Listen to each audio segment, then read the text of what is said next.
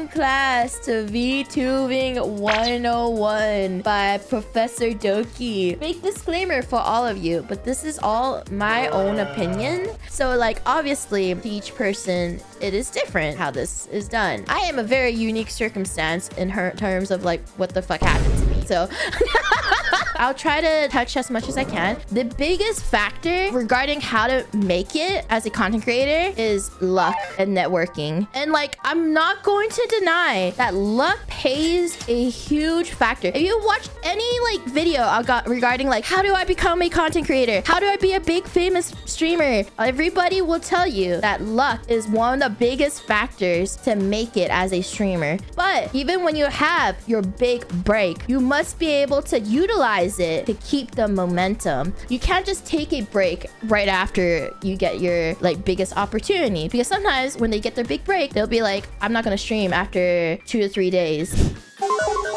You gotta milk it. You know, you're like, oh, you have to take a break, you have to rest. But when you have the biggest opportunity of your life, you can't rest until you're stable.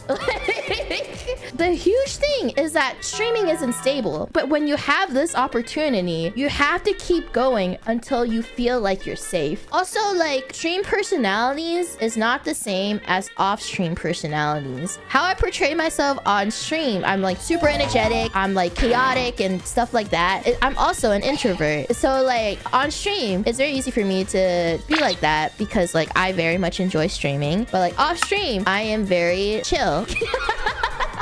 Even when you make it to the company, it's your job to keep those eyes on you and continue building it, which is why my next slide will be going over indie versus company. So I'll be going over company first, and a lot of this is sort of like public knowledge. I'm not like going to be going to any details regarding like anything that could break NDA and stuff like that. Pros and cons. Obviously, I'll be going over like why should you join a company, and also like things to be aware of. You get an instant audience base. The audience of the company and of the VTubers that debut before you will be there for your debut. There is already the branding involved. If you're nobody, if you came with 0 viewers, then of course having suddenly on your debut like, I don't know, 20 plus viewers, if you come from 0, 100, 200, 1,000, that's a lot from what you were used to. It draws a lot of attention, and it's your job to make a good debut so you can keep the attention of those people. They don't know anything about you, but they're all here to be there to watch you. Another reason why is because you get a group of people to collaborate with instantly. This is one of the things that I've learned as an indie, how it's very difficult as an indie is to find a group of people or a collab group that you want to do collabs with. Another reason is if you're a singer or a dancer. So the reason why I put that is that it's very beneficial if you have talents in singing or dancing to work for a company, because the reasoning is that a lot of the biggest events that VTuber companies do, it doesn't matter how big or small, are concerts. If you're talented at singing, you will get picked to do concerts. You'll get those opportunities to perform around the world for fans. You have to think, what can I offer to the company that can be used for events and big productions? And it's harder because you have to be more creative and know where your own talents lie.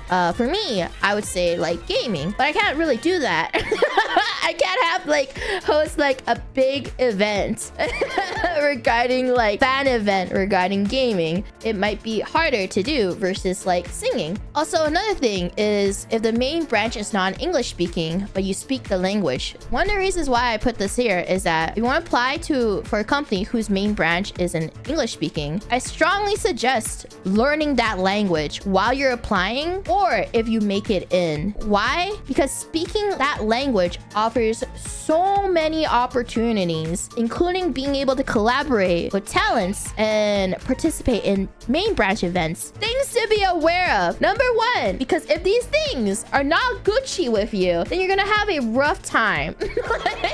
Permissions. When you're in a company, it doesn't even matter. Even if you're an NA company, this is like one of the things you have to worry about the most, because you're not really safe. Because they see you as Corpa. You need permission for things. Music, games, and others. What do you mean by others? Graphics, pictures, images, videos, everything. If you guys didn't know, so there's like a lot of like many things that a lot of like companies are like really strict about. Like I can give like so many like famous examples, but I won't because I don't want to get in trouble. as an indie, basically it's like opposite of obviously a lot of stuff I said regarding company. You're an indie. There's so much more freedom. The thing about being indie is just everything is up to you, how you want to make your career. But of course, with more freedom comes more risk. Because of that, you're opening yourself up legally to more risks that you might not be prepared of. Obviously, like scams, stuff like that. Depending on how big you are as a content creator or a VTuber, or if you want to try and get to learn these things, you will eventually have to have a business lawyer that can help you look over contracts. And especially regarding like, you don't want to be taking advantage when it comes to like sponsors and brand deals. You want to accidentally take a bad sponsor. Twitch versus YouTube. Okay, I know like it's like very brief, but I also have like more stuff to say about it. Should you stream on Twitch? Should you do YouTube, or should you multi-stream? Okay, so I am primarily on YouTube. It's because I'm used to it. I like having set schedules. I don't like streaming whatever I want because I'm super fucking indecisive. For Twitch, the biggest benefits of Twitch is the rating system, which benefits you because if you're starting out, raids help so much with growing your presence. YouTube has raids, but like it's not as utilized as Twitch because it's harder to find people to raid because like the YouTube rating system is like not as usable, I guess. It benefits companies more than it benefits individuals. If you're starting out, I don't know for other countries, I would say Twitch is your biggest bet in terms of making it. On YouTube, it is a lot harder for an indie. Long term, YouTube is better monetary wise because you have everything in one channel. You have the VODs, you have videos, you have shorts. Everything is one channel. Twitch, usually you just have the live stream and then you uploaded edited versions of your live stream to your YouTube channel if you want to. If you're a Twitch streamer and you want to have a presence on YouTube, have your VODs edited into highlights. Don't just upload VODs. Sometimes people can't fucking watch 2 hours. Algorithm. So, shorts. If you're on YouTube, milk the shit out of shorts. Shorts are being heavily pushed by YouTube for a while now. I thought they would stop, but they're still doing it because they want to take over TikTok. We might not even have TikTok anymore. So YouTube is like, we're gonna be the next TikTok. And then songs. Songs are really, really good. If your cover song hits like 1 million views, wow, good for you. Branding. Okay, this is like a simple slide. I would say if you are an animal VTuber, it is the easiest when it comes to branding because like animal VTubers are like more recognizable than a human. There's so many cat girls out there, so like you have to be like, what makes you more distinct from all the other cat girls? Management and organization. Don't just hire anybody to be a manager. It's so fucking stressful if you have the bad manager. Do not hire close friends. Never mix business and relationships together. It's never good.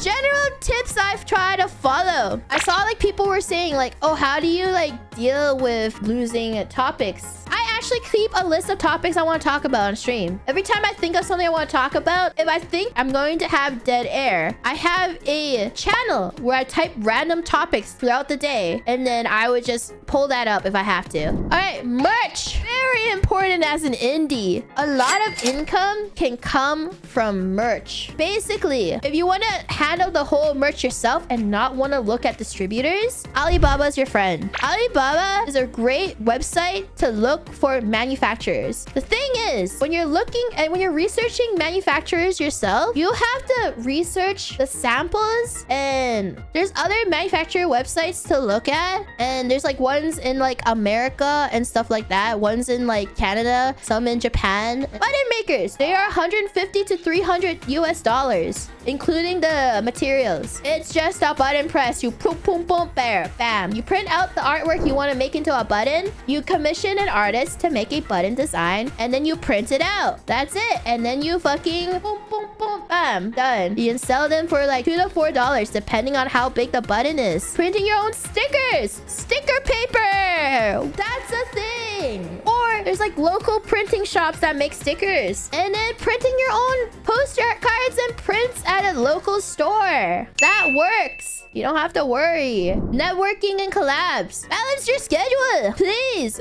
do not make it mostly collabs. Collab streams should not be more than solo streams. Because if you span too many collabs per week, especially when you're just starting out, then you're not building a fan base and a community that's there for you. You want to have viewers that want to watch you. A lot of flesh tubers, they like become big because of the group they are with. Because they have like a YouTube group. But as soon as that YouTube group falls apart, their channel dies because the viewers, they only want to watch that stream, that channel for the group they are in, not because of the people they are. How to be good at collabs. But there's two roles in a collab: the support and the leader. So the support is obviously like, you look at it as a comedy duo, but it can be like a group thing too. So you can have the straight man and the leader, or like the dumb one.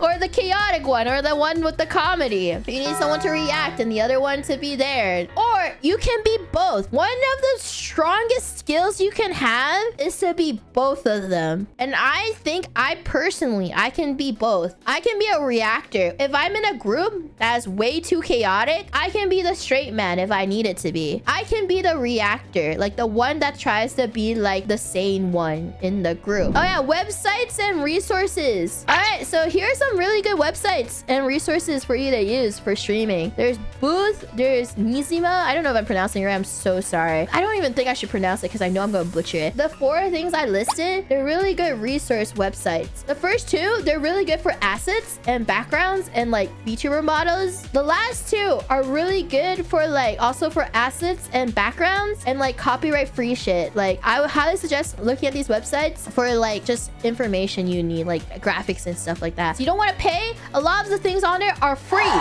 Okay, mental health care. I will admit, I am not the person to go to advice for this because I still battle with it frequently. If you want to be a content creator or a VTuber, you have to know you're so fucked when it comes to mental. There's no one that's okay. That you're gonna go through some mental health shit. It could be like little bit. It doesn't have to be like really bad, but you will feel it.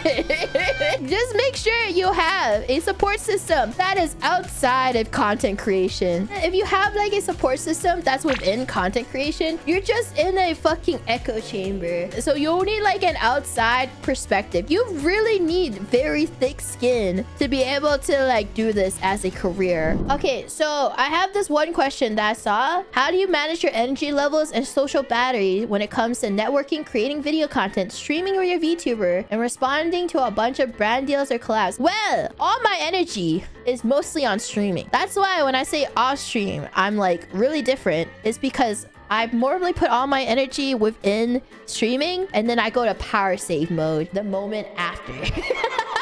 I very much enjoy streaming and it is like my way of escaping work because my work is off stream. What should I do if my favorite VTuber suddenly laughs a lot out of nowhere? Is that the sign? No comment. Thank you for the super chat. You mentioned making merch is very important for income. How much does it cost usually commission art for merchandise? That really depends on what kind of merch you want to make. Obviously, I gave some cheap options. I would think like acrylic stands and pins, stickers, prints. They are like the most convenient ones and the easiest to make because you can't fuck it up. You can't fuck up stickers. You can't fuck up acrylic stands. You can't fuck up like prints and stuff like that. Those are like the easiest to make. You don't have to worry about grabbing samples and stuff like that. The more complicated the merch, the harder it is to grab like merch that's not fucked up, you know? What's the best way to announce a big project event so that you can receive the most engagement? On stream, live. That's really the best way. So you don't say anything about what the thing is. You say special announcement, special event, and then you reveal it on stream because you don't reveal it on Twitter or like social media first because people want to know who's participating. Hi Doki, quick question. Is it possible for me to start streaming as a hobby despite having... Yes, you can have any time block. I used to be a DGen streamer. I wouldn't start my stream when I was a Twitch streamer. I would stream at 9 p.m. and I had a audience for 9 p.m. streams. People were up in DGen hours time, or people on the other side of the world wanted a English speaking streamer to watch. I was there for them. But yes, it doesn't matter. Anytime is possible. How do I come up with good jokes on this chat? That's just a talent. Like I can't can't give advice on that because I naturally just had that as a skill. For chat entertainment, as long as you don't beat a dead horse and like keep bringing up something over and over and over again repetitively, that's like the best advice I can give you. This is a little lore. Basically, I got discovered in Overwatch because I was using voice chat to like play Overwatch, and I had a streamer in my game. And then later on, I became friends with some streamers, and then like they told me to start streaming. These are like big Overwatch content creators at that time too. That is all I want to say. As always, everybody, stay hydrated, posture check. I'll see you guys next time, everybody. Bye, guys.